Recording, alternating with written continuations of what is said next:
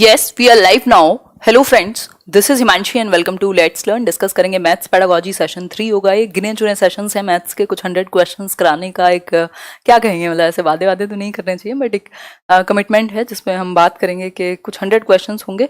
और ये 100 क्वेश्चंस इस तरीके से करेंगे कि अगर 15 क्वेश्चन आए तो 10 इसके आसपास ही रहें या ऑलमोस्ट थोड़ा बहुत लैंग्वेज में चेंज होकर के यही हो। आज के क्वेश्चंस थोड़े से ज़्यादा इंपॉर्टेंट रहेंगे। जिन लोगों को मैथ्स से डर लगता है उनके लिए तो स्पेशली, क्योंकि आज के क्वेश्चंस वो क्वेश्चंस हैं जो हमेशा आते हैं, आपको 4-5 नंबर में देखने को मिलते ही हैं, और सबसे आसान। बिल्कुल अगर आप भाषा समझ लेंगे तो आप आसानी से इन क्वेश्चंस को डील कर जाएंगे। लास्ट का क्वेश्चन 10th क्वेश्चन जो है वो रहेगा प्लेस वैल्यू के ऊपर। Face value and place value को थोड़ा सा समझेंगे, क्योंकि एक क्वेश्चन फिक्स रहता है वहां से। बाकी के 9 क्वेश्चंस भी ऐसे ही हैं जो फिक्स ही हैं, बट उनमें लैंग्वेज में थोड़ा सा खेला जा सकता है। चलिए फिर स्टार्ट करते हैं। सभी को गुड इवनिंग, नमस्कार, राम राम, सत श्री अकाल, अस्सलाम वालेकुम, whatever you feel connected with. Start करेंगे। देखते हूँ मैं आप लोग अगर देख पा रहे हैं ठीक से बिना बफरिंग के, तो है ना। बफरिंग थोड़ी बहुत तो रहती है, देखो उसमें कुछ नहीं कर सकते, हाथ में नहीं है ना। चलिए, वैसे रेयरली रहती है, ज्यादातर नहीं रहती है, ठीक है। हाँ, ग्रेट थिंग्स टेक टाइम, है ना, तो शिकायतें नहीं करेंगे ज़्यादा। डिस्कशन पे आते हैं, है ना। चलो फिर, बहुत बढ़िया, आप लोगों को देख पा रहे हैं। स्टार्ट करते हैं आज का सेशन। और मैं थोड़ा बफरिंग नहीं है, चलिए बहुत बढ़िया। चलिए फिर, सही है। अब क्वेश्चंस देख लेते हैं, मजा आएगा आज के डिस्कशन में। लाइक शेयर ना किया हो और ये बेल आइकॉन प्रेस करके रखना होता है, तभी ऑल नोटिफिकेशन ऑन करके तभी नोटिफिकेशन जाता है, जिन लोगों की शिकायत रहती है। ये पीडीएफ आपको मिल ही जाएगा। पीडीएफ इंपॉर्टेंट है, आजकल मैं बना ही उस तरीके से रही हूँ कि आपको बहुत सारी चीज़ें उसमें सीखने को मिल जाए उन क्वेश्चंस के आसपास, ठीक है। तो वो एक बेसिक बात हुई। और फर्स्ट क्वेश्चन आपके सामने है, how will you cater to the needs of visually challenged students of your classroom in an inclusive school. मतलब कि आप कैसे केटर करेंगे ऐसे बच्चे की नीड को जो कि इंक्लूसिव क्लासरूम में है। आप एक इंक्लूसिव क्लासरूम के टीचर हैं, समावेशी शिक्षा के कक्षा के। विजुअली चैलेंज्ड बच्चा है यानी दृष्टि बाधित, उसको देखने में समस्या होती है। अब यहाँ पर आपको एक ऑप्शन में दे सकता है सुनने में समस्या होती है, कोई स्लो लर्नर है, कोई किसी को और कोई परेशानी है, कुछ ऑडिटरी प्रॉब्लम है, कुछ बोलने में प्रॉब्लम है, कुछ मैथ्स के साथ खेलने में प्रॉब्लम है यानी कैलकुलिया है। तो इस तरीके की कोई भी समस्या दे सकता है, क्योंकि 1 नंबर का इंक्लूसिव एजुकेशन जरूर देगा। ठीक, मैथ्स की मैं बात कर रही हूँ, सीडीपी में तो 5 नंबर का आता है। तो यहां पर अगर मैं बात करूं तो पहला ऑप्शन है use alternate teaching learning methods and resources, यानी कि आप वैकल्पिक शिक्षण अधिगम विधियों का या संसाधनों का उपयोग करेंगे। या फिर B option, send them to special educator. भाई आप क्या कहेंगे विशेष शिक्षक के पास जाओ, वही इलाज करेगा जी आपका। तो या फिर नेक्स्ट सी ऑप्शन है आपके सामने, provide them extra time for practice. उनको कहेंगे ज्यादा प्रैक्टिस करो, मतलब दिख रहा नहीं है किसी को या देखने में प्रॉब्लम है तो आप कहोगे चलो दौड़ लगा के आओ, तो ये बहुत ही बेकार सी बात हो जाएगी। Make them sit with high achievers के साथ बैठ जाएंगे। बेसिकली आपका लक्ष्य क्या रहता है, डायग्नोस करना, समस्या को जानना और उसके अकॉर्डिंग निदान करना। ऐसे नहीं कि कुछ भी आप हवा में तीर छोड़ देंगे ऐसे ही, ठीक, अंधेरे में। तो इस केस में आंसर क्या होगा, use alternate teaching learning methods and resources. आप वैकल्पिक शिक्षण अधिगम विधियों का इस्तेमाल करेंगे। मतलब कि आप एक नहीं तो दूसरा मेथड, मल्टीपल मेथड्स होते हैं ना आपके पास, तो किस बच्चे के लिए क्या सूट करेगा। भाई अगर देखने में समस्या है, सुनता तो क्लियर होगा, तो आप थोड़ी आवाज अपनी लाउड रख सकते हैं, क्लियर रख सकते हैं, और उसको आगे बिठा सकते हैं। अगर थोड़ा सा उसको कुछ फायदा होता है आगे बैठ करके क्लियर सुन पाए, या थोड़ा बहुत अगर देख सकता है तो थोड़ा क्लियर देख सके। अगर पार्शियली उसको प्रॉब्लम है देखने में तो बड़ा बड़ा लिख सकते हैं, ब्रेल का इस्तेमाल कर सकते हैं, 50 चीजें आप कर सकते हैं। मतलब वैकल्पिक मेथड्स का मल्टीपल तरीके आप अपना सकते हैं। ऑल्टरनेट मतलब अगर एक तरीके से बातें सही नहीं पहुंच रही तो दूसरा तरीका इस्तेमाल कीजिए। जरूरी नहीं आप हर चीज लिख के बताएं, कुछ दिखा भी दीजिए। मतलब इसको नहीं, बट जिसको सुनने में समस्या हो उसको दिखा भी सकते हैं, जिसको देखने में समस्या हो उसको सुना भी सकते हैं। तो ऐसा नहीं है, आपका फोकस क्या होना चाहिए, बाकी के 4 सेंसेस तो अच्छे से चल रहे होंगे तो उनके थ्रू भी उसको आप कुछ सिखा पाए। ठीक हुई बात। तो ये एक बेसिक बात हुई 1 नंबर की, ठीक है। बात यहां से बिल्कुल क्लियर है, रिफ्रेश कर लिया करो। फिर है नेक्स्ट क्वेश्चन क्या है देख लेंगे। याद मत कीजिएगा क्वेश्चंस, समझिएगा। जो कॉन्सेप्ट में डिस्कस करने की कोशिश कर रही हूँ अगर वो आपने पकड़ लिया तो आपके 15 में से 10 नंबर कोई नहीं रोक सकता। और इतना आसान तरीका 100 क्वेश्चन करा के कोई ये कह दे 10 इसमें से आ जाएंगे, तो इससे ज्यादा और क्या चाहिए, मतलब जान लोगे बच्चे की। क्वेश्चन नंबर 2 है विच of the following is not a mathematical process, इनमें से कौन सी एक मैथमेटिकल प्रोसेस नहीं है, यानी गणितीय प्रक्रिया नहीं है। पहला ऑप्शन है आपके सामने विजुअलाइजेशन, यानी कि विजुअलाइजेशन की तो अभी हमने डिस्कशन किया था, आप मैथ्स में देखेंगे वही कॉन्सेप्ट्स हैं, वही 4 ऑप्शंस हैं, थोड़ा बहुत इधर उधर घूमते रहते हैं। विजुअलाइजेशन में क्या है, आप फिगर्स का इमेजेस जो फिगर्स हैं या जो भी आपके अलग अलग ज्योमेट्रिकल फिगर्स हैं उन सबको आप विजुअलाइज करते हैं। टीचर ने कहा आपको अच्छा एक स्क्वायर बॉक्स है तो आप दिमाग में सोचेंगे अच्छा ऐसा होगा, एक सर्कल है, एक रेक्टेंगल है, तो विजुअलाइजेशन का प्रयोग किया जाता है, तो ये तो हट गया। फिर है मेमोराइजेशन, यानी कि कंठस्थ करना, एस्टिमेशन या ट्रांसपोजिशन। अब आप पहले आंसर बताएंगे तब मैं डिस्कस करूंगी आगे, है ना। बताओ एक बार, ऐसे यूट्यूब को भी पोल वोल का ऑप्शन रखना चाहिए कि आप लोग क्लिक करके बता पाए। बताओ एक बार। मेमोराइजेशन, एग्जैक्टली मेमोराइजेशन या रट्टाफिकेशन जो है, कंठस्थ कराना मैथ्स का काम नहीं, इवन फॉर्मूले भी आपको याद रखने की जरूरत नहीं होती। जब आप प्रैक्टिस कर रहे होते हैं तो वो अपने आप ही आपको पता होता है कि किस तरीके से प्रोसीजर वर्क करेगा। तो मेमोराइजेशन कोई भी एक गणितीय प्रक्रिया नहीं माना जाता, रट्टाफिकेशन जो है वो गणितीय प्रक्रिया नहीं है, मैथमेटिकल प्रोसेस नहीं है। विजुअलाइजेशन है, एस्टिमेशन है, आप उसी की बेसिस पे आप एक एस्टिमेट कर पाते हैं, कई बार वैल्यूज निकालते हैं और बहुत सारी चीजें करते हैं। ट्रांसपोजिशन है जब आप प्लेस में चेंजेस लाते हैं, कई बार एलजेब्रा में बेसिकली ये यूज होता है। जैसे आपने वो देखा होगा कि x बराबर मान लो कोई भी एक मान दे दिया एस टी, तो ये आप प्लेसेस चेंज करते रहते हैं इसमें, तो एलजेब्रा में ये यूज होता है। ठीक है बात, आगे बढ़ेंगे। एक बेसिकली रटने से रिलेटेड, याद करने से रिलेटेड ये सारी चीजें, तो प्याजे से भी एक क्वेश्चन जनरली पूछा जाता है सामान्य तौर पर। क्वेश्चन पढ़िए एक बार, प्याजे से रिलेटेड क्वेश्चन है, थोड़ा सा बड़ा है और इसको हम समझेंगे कि क्या कहता है। क्वेश्चन है identify the correct statement about the ability to conserve different physical quantities in measurement as proposed by प्याजे। प्याजे द्वारा प्रस्तावित माप में विभिन्न भौतिक राशियों के संरक्षण की क्षमता के बारे में सही कथन की पहचान, यानी कि उन्होंने बात की है एबिलिटी टू कंजर्व। अब जिन्होंने प्याजे की थ्योरी को थोड़ा सीरियसली लिया होगा उनको ये पता है कि कंजर्वेशन क्या था, आपकी एबिलिटी टू नो कि भाई जो वॉल्यूम है, एरिया है या बाकी जो चीजें हैं, इस तरीके के जो कॉन्सेप्ट्स हैं उनका आपको रियल मतलब पता लग जाए, आप उनमें घबराते नहीं है, आपको उनका कॉन्सेप्ट अच्छे से समझ आ जाता है। ठीक है, कि शेप और साइज चेंज होने पर भी जो वॉल्यूम है, एरिया है, वो चेंज नहीं होता, इस तरीके की चीजें। तो एक बार आंसर करेंगे आप, ये कॉन्क्रीट ऑपरेशनल का बच्चा होगा। तो कौन सी एक फिजिकल क्वांटिटी है मेजरमेंट की जो प्याजे के अनुसार इन 4 ऑप्शंस में से सही होगी। पहला ऑप्शन है conservation of volume is grasped before conservation of mass, मतलब वॉल्यूम का जो कॉन्सेप्ट है वो जल्दी समझ जाता है मास से। या फिर conservation of weight is grasped before conservation of number, या फिर conservation of length is grasped before conservation of number, या फिर इस तरीके के आपके ऑप्शन बनाए हुए हैं। आपको 2-3 चीजें यहाँ याद रखनी होंगी। आंसर जो है वो डी ऑप्शन है। कैसे? Conservation of weight is grasped before conservation of volume, मतलब कि जो भार है ना, वजन, वो वजन का जो कॉन्सेप्ट है, वेट का जो कॉन्सेप्ट है, भाई ये हल्का और भारी तो बच्चा समझने ही लगेगा ना। ये जो वेट, ये लाइट है या ये हैवी है, दोनों समझने लगेगा वो बहुत पहले। बाद में जाकर के वॉल्यूम की बात होती है, बाद में जाकर के वॉल्यूम की बात होगी कि जब उसको ये बताया कि भैया 200 ml अगर इस एक ट्यूब में डाला है और इस एक पूरे बड़े बकेट में डाला है तो 200 ml ही रहेगा। तो वॉल्यूम का कॉन्सेप्ट वो बाद में समझेगा, उससे पहले वो वेट का कॉन्सेप्ट जान चुका होगा, कंजर्व कर चुका होगा। एक और चीज यहां ध्यान रखने की है, आपको पता है कि जो कॉन्क्रीट ऑपरेशनल का बच्चा है 7 से 11 वर्ष का, उसके अंदर इंडक्टिव रीजनिंग होती है। डिडक्टिव कब आएगी? फॉर्मल में। और मैथ्स में डिडक्टिव रीजनिंग का बहुत बड़ा रोल है। तो एब्स्ट्रैक्ट कॉन्सेप्ट्स जो है मैथ्स के, वो 11 साल के बाद सीख पाएगा, तब तक वो कॉन्क्रीट कॉन्सेप्ट्स को समझने लगेगा। ठीक है बात, आगे बढ़ेंगे नेक्स्ट क्वेश्चन पर। नेक्स्ट क्वेश्चन क्या है? Question number 4। देखिए एक बार क्वेश्चन नंबर 4 को। क्वेश्चन नंबर 4 कहता है which one of the following sets are problem solving strategies in mathematics, मतलब कि इनमें से कौन सी जो एक स्ट्रेटेजी है वो प्रॉब्लम सॉल्विंग स्ट्रेटेजी कहलाएगी मैथ्स में। बताएं एक बार आंसर करके और फिर हम आगे बढ़ेंगे। तो अगर मैं बात करूं प्रॉब्लम सॉल्विंग यानी समस्या समाधान की बात करते हैं हम मैथ्स में, रीजनिंग में, इन सब चीजों में, तो हम प्रॉब्लम सॉल्विंग की बात करते हैं। तो प्रॉब्लम सॉल्विंग में कौन सी एक स्ट्रेटेजी हेल्पफुल है अगर हम बात मैथ्स की करें? ठीक, पहला ऑप्शन है ड्राइंग वर्किंग बैक, यानी कि पीछे से हल करना शुरू करें आप। रोट लर्निंग जहां आ गया वो तो कभी भी हेल्पफुल नहीं हो सकता।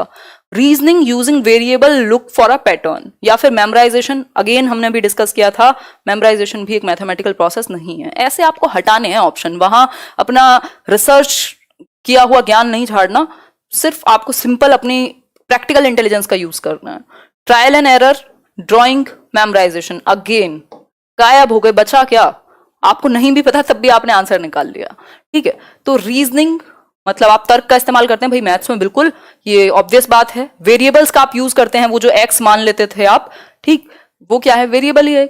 वेरिएबल्स का आप बहुत ज्यादा यूज करते हैं। पैटर्न देखने की कोशिश करते हैं, आपने देखा है सिमेट्रिकल पैटर्न्स और बहुत सारी चीजें, अपने आप में चैप्टर भी होता है ये पैटर्न का। क्लियर हो गई होगी यहां तक बात? कोई डाउट हो तो एक बार पूछ लो, फिर आगे बढ़ जाएंगे।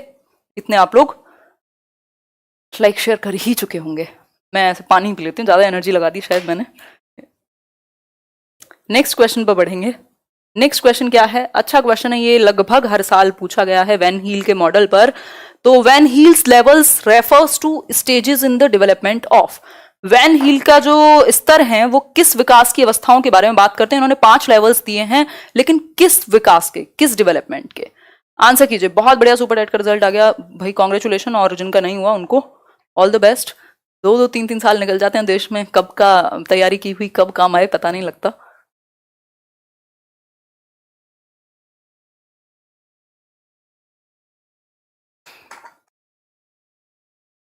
बी ऑप्शन आप लोग कह रहे हैं, यानी प्लेस वैल्यू नहीं है, ज्योमेट्रिकल थिंकिंग आप कह रहे हैं, फ्रैक्शंस और नंबर कॉन्सेप्ट। बात आपकी मान ली जाएगी। ज्योमेट्रिकल थिंकिंग जो है, ज्यामितीय चिंतन या ज्योमेट्रिकल डेवलपमेंट जो है, उसकी बात करते हैं वैन हील। 5 इन्होंने लेवल्स दिए हैं, क्योंकि यहां से क्वेश्चन आपका हर बार आता है। ठीक, आगे बढ़ेंगे, देखेंगे एक बार। ये जो वैन हील की थियोरी है ज्योमेट्रिक थॉट की, यानी ज्यामितीय चिंतन की, तो ये पहला इसमें लेवल है। 3-4 लेवल बहुत इंपॉर्टेंट है शुरुआत के ही, बाद में तो यहां तक भी इवन नहीं पूछता, ये तो बिल्कुल ही नहीं पूछा आज तक, कभी नहीं पूछेगा, क्योंकि वो बच्चे के लेवल से ऊपर चला जाएगा, स्कूल के लेवल में बात नहीं है ये। विजुअलाइजेशन, यानी कि आप शेप्स को देख के विजुअलाइज कर सकें, देखने के बेसिस पे आप उनको निर्धारित करते हैं, मतलब विजुअलाइज करने के बेसिस पे। बहुत छोटा बच्चा होगा। फिर है एनालिसिस। एनालिसिस आप कब कर पाएंगे? जब आप क्लासेस में विभाजित कर पाए, भाई ये सर्कल है, ये रेक्टेंगुलर है, ये है, वो है।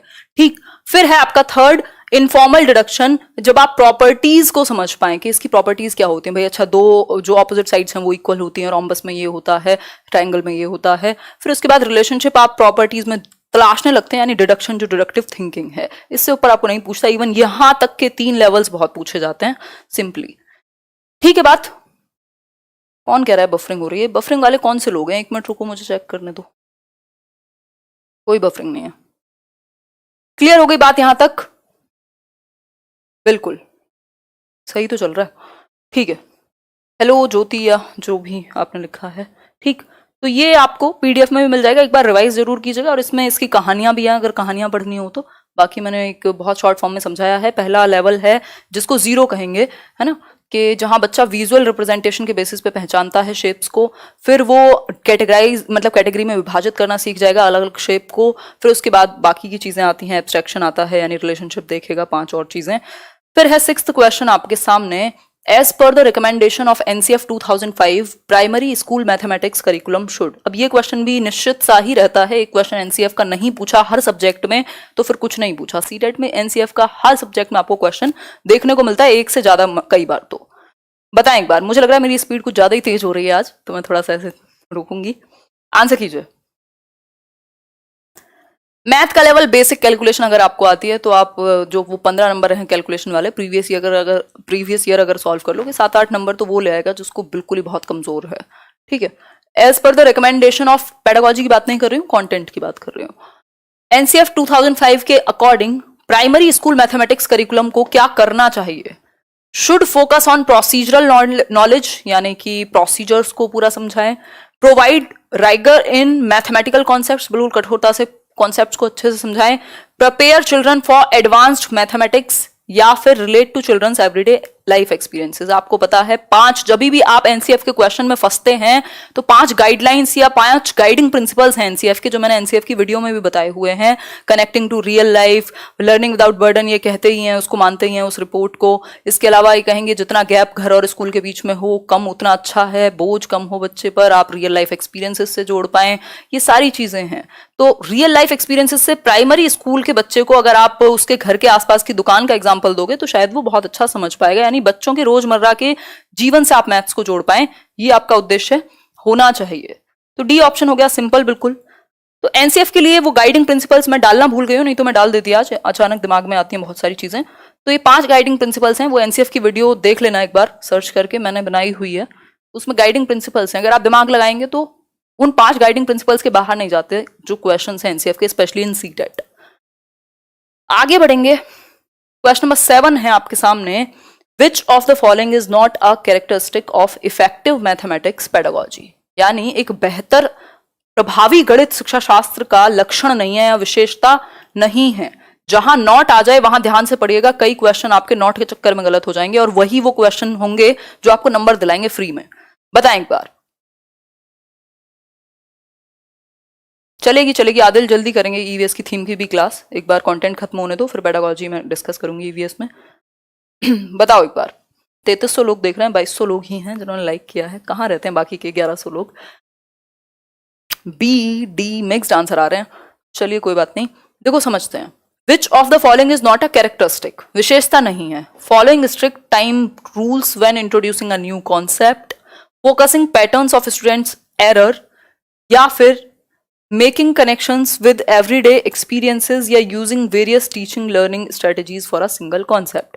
भाई इन सब में तो कोई दिक्कत ही नहीं है हमें, ठीक है। और आप कह रहे हैं बी, कई लोग आंसर कर रहे हैं, focusing patterns of students errors. आप फोकस कर रहे हैं अपने लिए, बच्चों में कमियां नहीं निकाल रहे हैं। आपको पता लगेगा ना कि किस तरीके की गलतियां बच्चे कर रहे हैं, तो इसका मतलब कौन से कॉन्सेप्ट को उन्हें समझने में समस्या हो रही है, ठीक है। तो अगर आपको ये पता होगा तो आपके लिए बेहतर है। तो आंसर क्या है? ए है। क्यों? क्योंकि आप स्ट्रिक्ट टाइम रूल्स फिक्स नहीं करेंगे कि भैया इतनी 5 मिनट में ही करना है ये, या 5 मिनट में ही सीख लेना है, इसके बाद दोबारा नहीं बताऊंगा, तो उसमें फिर प्रॉब्लम है, बच्चे के अंदर फियर डेवलप होगा, एंग्जाइटी आएगी।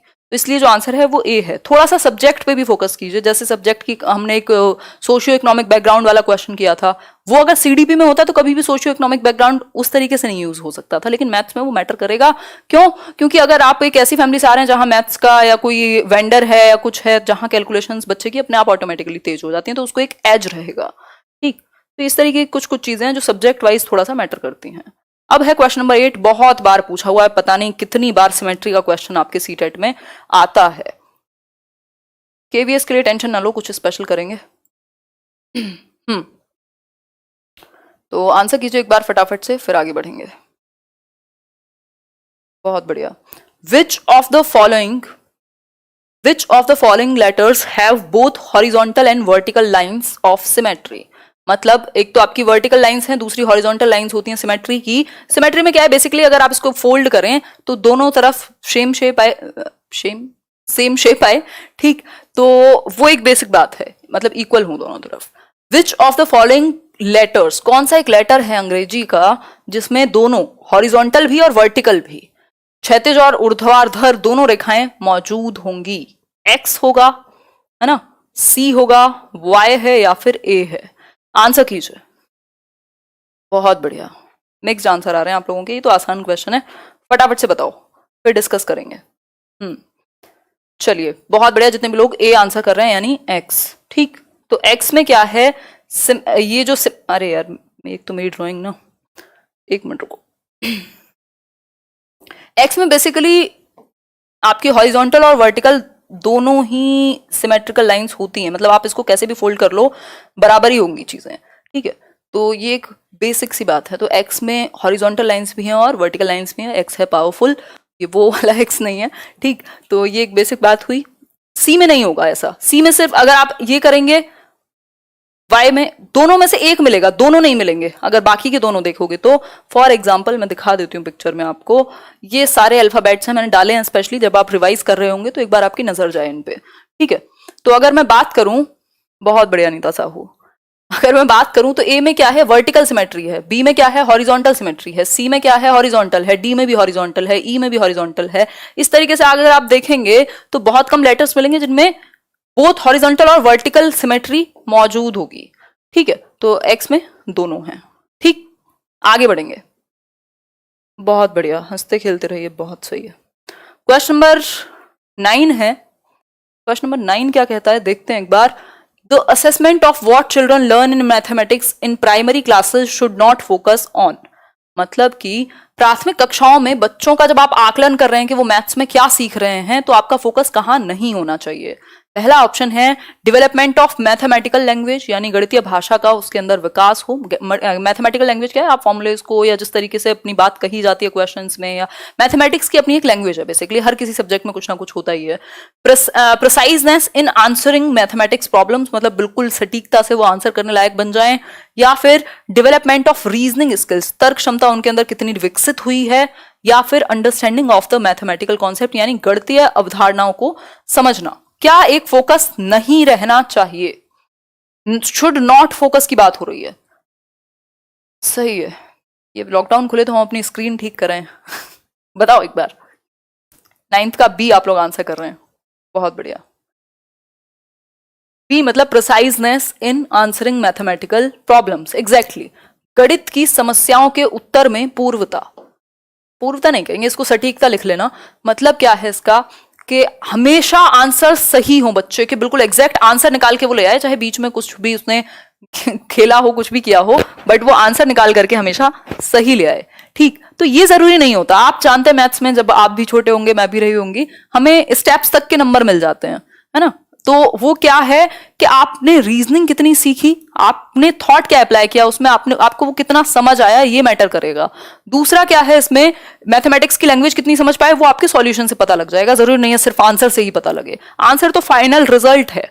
रीजनिंग स्किल्स ऑब्वियसली बहुत मैटर करेंगी, और दूसरा है आपके मैथमेटिकल कॉन्सेप्ट्स को समझना। लेकिन प्राइमरी लेवल पर जब आप आकलन कर रहे हैं बच्चे का, तो मुख्य उद्देश्य ये नहीं होना चाहिए कि आप ये देखें कि आंसर हमेशा सही है कि नहीं है। और प्राइमरी लेवल पर लगभग हर सब्जेक्ट में ये चीज मैटर करती है, एक्सप्रेशन को हम ज्यादा इंपॉर्टेंट देते हैं। तो बी आंसर, बी ऑप्शन जो है इसका सही है। अब है लास्ट क्वेश्चन, अब इसको इंग्लिश में देख के परेशान मत होइएगा, बहुत ही बेसिक सी बात है, अभी समझेंगे इसको, ठीक है। देखिए एक बार, हाँ एग्जाम 5 जुलाई को, बिल्कुल अभी तक तो है ही, जून में ही फाइनल हमें पता लग पाएगा क्या होगा, तो 5 जुलाई के हिसाब से ही करिए चीजें। और क्योंकि अभी तक ऑफिशियल तो वही है, और शायद वही रहे जैसी स्थिति है बाहर। लेकिन अगर 5 को रहता है तो बहुत सारे लोग गायब हो जाएंगे। बताएं एक बार, आंसर कीजिए। बहुत बढ़िया, एक बार ये क्वेश्चन देखिए। देखो क्वेश्चन में क्या है समझिए। A child subtracted 2 numbers as shown below, मतलब कि घटा दिए 2 नंबर्स को, घटाने के लिए कहा था और उसने ये किया एक बच्चे ने, मतलब 83 में से 83 में से आउट ऑफ 27 को सबट्रैक्ट करना था आउट ऑफ 83, ठीक है बात। तो अब इस केस में क्या करना था उसको, यहां जो हम कहते थे हिंदी में कैरी करना था या तो हासिल लेना था। लेकिन बच्चे ने क्या किया, यहां तो ठीक किया, 8 में से 2 घटा दिए, 6 बच गए। लेकिन ये क्या किया, यहां पर गड़बड़ कर दी, 7 में से 3 को कर दिया और 4 आ गया, जो कि पॉसिबल नहीं है। इसका मतलब क्या है, वो पहले यहां जाता ही नहीं। अगर उसे प्लेस वैल्यू और फेस वैल्यू का थोड़ी बहुत भी नॉलेज होती, स्पेशली प्लेस वैल्यू की, फेस वैल्यू की तो है, तभी उसने 8 में से 2 घटा करके 6 रख दिया। तो इसका मतलब क्या है, उसको प्लेस वैल्यू में कहीं ना कहीं प्रॉब्लम है। तो बाकी के आंसर फिर बेमाने हो जाएंगे। यहां अगर मैं बात करूं, the child has misconceptions about place value in the process of subtraction, यानी घटाने की जो प्रक्रिया है उसमें उसको मिसकॉन्सेप्शन है, प्रॉब्लम है प्लेस वैल्यू के बारे में। प्लेस वैल्यू होती थी ना हमारी इकाई, दहाई, सैकड़ा वाली, उसको भी डिस्कस करेंगे। इसके अलावा अगर मैं बात करूं, बाकी ऑप्शंस भी देख ही लेते हैं। The child does not know how to subtract, ऐसा नहीं है, उसको कुछ आइडिया तो है, अदरवाइज वो इतना भी नहीं करता, है ना। तो ये तो गलत हो गया, ये हमारी अजम्पशन हो जाएगी और अजम्पशन पे हम काम नहीं करेंगे। फिर है इसके अलावा, the child knows the process of subtraction of 2 digit numbers. अगर जानता तो क्या क्या होता, फिर तो गलत नहीं होता। तो यहां भी बिल्कुल पूरी तरीके से एक्यूरेट नहीं है ये बात। It is a mistake and it can be rectified by repeated practice. अब अगर उसको नॉलेज ही नहीं है किसी एक कॉन्सेप्ट की, या वो कहीं लैक करता है, तो जब तक आप उसको ठीक नहीं करेंगे तो अपने आप नहीं होगा। लैंग्वेज नहीं है ना कि अपने आप ऑब्जर्व करके प्रोनाउंसिएशन ठीक कर लेगा, मैथ्स है, ठीक है। तो कॉन्सेप्ट्स तो आपको क्लियर करने पड़ेंगे। अब फेस वैल्यू और प्लेस वैल्यू को समझ लेते हैं। एक क्वेश्चन आपका पक्का रहता है, मतलब आता ही है 99% टाइम, क्या है, सीटेट आपसे प्लेस वैल्यू और फेस वैल्यू के बारे में पूछता है, ठीक है बात। तो इस केस में जो 1000 लोग हैं, बाकी एक तो वो करेंगे लाइक और शेयर, फिर हम समझेंगे इसको। प्लेस वैल्यू उससे पहले हम नहीं समझेंगे, ऐसे हम लाइक्स का खाते हैं, मजाक कर रही हूं। तो प्लेस वैल्यू और फेस वैल्यू, ठीक। प्लेस वैल्यू क्या है, the location of a digit in a numeral, where does the digit live, रहती कहां है वो डिजिट, यहां से आप देखना शुरू करते हैं, ठीक। फेस वैल्यू में क्या है, the value of a digit in a numeral, how much is the digit worth, मतलब उसकी फेस वैल्यू है क्या। अगर 5 लिखा है तो 5 की बराबर वैल्यू 5 के बराबर ही होगी या किसी और चीज के बराबर होगी, तो ये फेस वैल्यू होगी। जैसे एक नंबर है 2 5 4 8 6, ठीक, 2 5 4 8 6, क्लियर हुई बात। फेस वैल्यू क्या है इसकी, 5 है। अगर हम 5 की फेस वैल्यू पूछें तो 5 की फेस वैल्यू वही होगी, जो नंबर है उसकी फेस वैल्यू सेम रहेगी, लेकिन प्लेस वैल्यू में चेंज हमेशा आएगा। क्यों? क्योंकि प्लेस वैल्यू आप ऐसे देखते हैं, वंस, टेंस, 100, 1000, मतलब इकाई, दहाई, सैकड़ा, लाख, फिर वो पूरा मतलब इकाई, दहाई, सैकड़ा, हजार, 10,000, लाख, है ना। तो हिंदी में ये कॉन्सेप्ट रहेगा।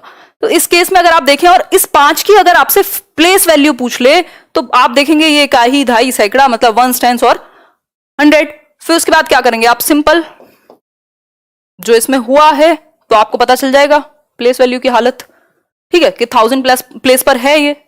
तो ये बेसिक बात है, इसको आप जरूर ध्यान में रखेंगे। ये उन लोगों के लिए था जो लोग बहुत ज्यादा जिनको दिक्कत रहती है, अदरवाइज तो ये बेसिक चीज है, आप सभी को बेहतर पता होगी, ठीक है बात।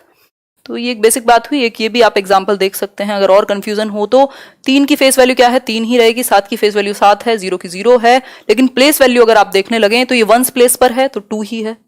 0 अगर 10th प्लेस पर है, अगर 10 से मल्टीप्लाई कर दोगे तो 0 ही बचेगा, ठीक। तो ये एक चार्ट है जिसके थ्रू आप ये चीजें क्लियर कर सकते हैं। तो ये एक छोटा सा मेरा योगदान था इन कुछ क्वेश्चंस में जो आपसे जनरली पूछे जाते हैं, जिनको डर रहता है मैथ्स में या उनको लगता है पेडागोजी कैसे डील करें। ये वो क्वेश्चंस थे जो कॉमन हैं और ये 100 के 100 क्वेश्चन, मेरे फोकस ऐसा ही रहेगा। लेकिन आज वाले क्वेश्चंस ऐसे थे जिनकी अगर आप लैंग्वेज समझ लें और आपका थोड़ा सा पेडागोजी स्ट्रांग है तो आप आसानी से इनको डील कर जाएंगे। थोड़ा बहुत लैंग्वेज में चेंज मिल जाए तो उससे घबराना नहीं है, क्योंकि आपने समझी होंगी चीजें, ठीक है। तो ये एक बेसिक बात हुई।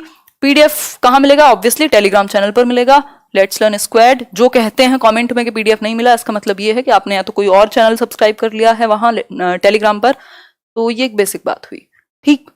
करेंगे इसका जुगाड़ कुछ टाइम बाद या जब भी पॉसिबल होता है। ऐप अगर लाते हैं तो ये प्रॉब्लम आपकी सॉल्व हो जाएगी फिर टेलीग्राम वाली, ठीक है।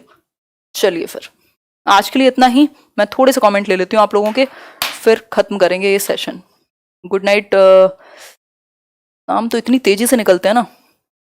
अच्छा, कुछ चीजें हैं, कुछ अनाउंसमेंट्स हैं, मैं करूंगी 1-2 दिन में, कभी भी रैंडम लाइव आके। अभी पता नहीं कब पॉसिबल हो पाता है, अगर कल होता है तो कल करती हूँ। कल तो मेरी कई क्लासेस हैं, चलो फिर भी मैं देखती हूँ, कोशिश करती हूँ। डिस्कशन थोड़ा सा आपसे बात हो, आप लोग क्या कर रहे हैं घर पे, है ना। हाँ, आउट ऑफ 10 कितने आए ये तो आपको कमेंट करके बताना ही है, बिना कहे बताना है इतना तो, कि आउट ऑफ 10 कितना स्कोर आप कर पाए, ठीक है बात। ये एक बेसिक बात है, सिंपल बात है ये तो। बहुत बढ़िया, सही है जी। यार फिजिकल साइंस क्लास नहीं होगी, है ना। चलिए ध्यान रखिए अपना, कल मिलते हैं। कोई बात हो तो आप कमेंट कर सकते हैं, मैं कोशिश करूंगी पढ़ के उसको समझने की। Take care.